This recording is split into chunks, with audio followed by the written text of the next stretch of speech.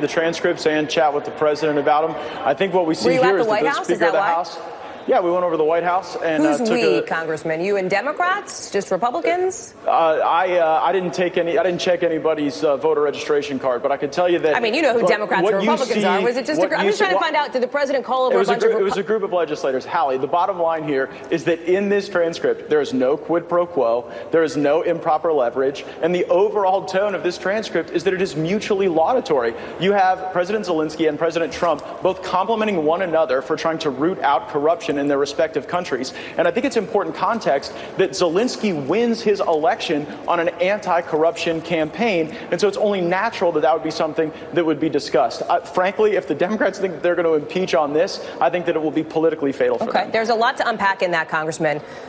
But let me just go back, because I want to be real clear about this. When the president invited you and your colleagues, some of them, over to the White House this morning, were any Democrats also invited, or was it just a group of Republicans? I'll leave that to the White House to chat with you about. All I know is I went over there. I had a chance to read the transcripts contemporaneous with reporters being briefed and with its ultimate transmission to the public. And I am thrilled with the fact that President Zelensky says in the transcript that he is going to conduct an open and candid investigation. I would like to have some open and candid investigations here in our country to determine the corrupt origins of the Russia investigation. And when the president references CrowdStrike, he's specifically talking about potential Ukrainian involvement in efforts to undermine U.S. democracy. How do you know that? Did the president tell that to you?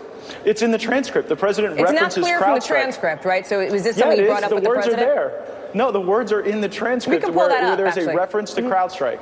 Yeah, sure. So I want to pull that up, but I do want to. So you talk about how this is a mutually laudatory call, and you clearly have had a chance to process this, right? And it seems to me, and Congressman, I want to make sure that I'm clear on this, which is why I'm asking you to fact check me here. It seems to me that you might have had an opportunity prior to other members of Congress, because you are close with the president, to get an earlier look at this transcript than others did. Was that a meeting to get everybody kind of on the same page with talking points as far as the president's team and people that are close to him?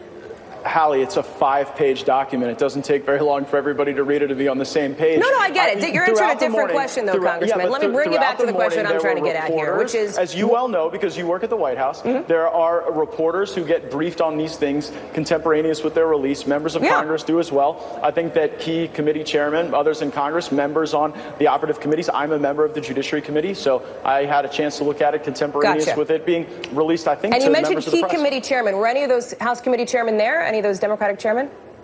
Well, I'm sorry. I mean, I don't. There were no Democrat committee chairmen there. I can say that. Okay.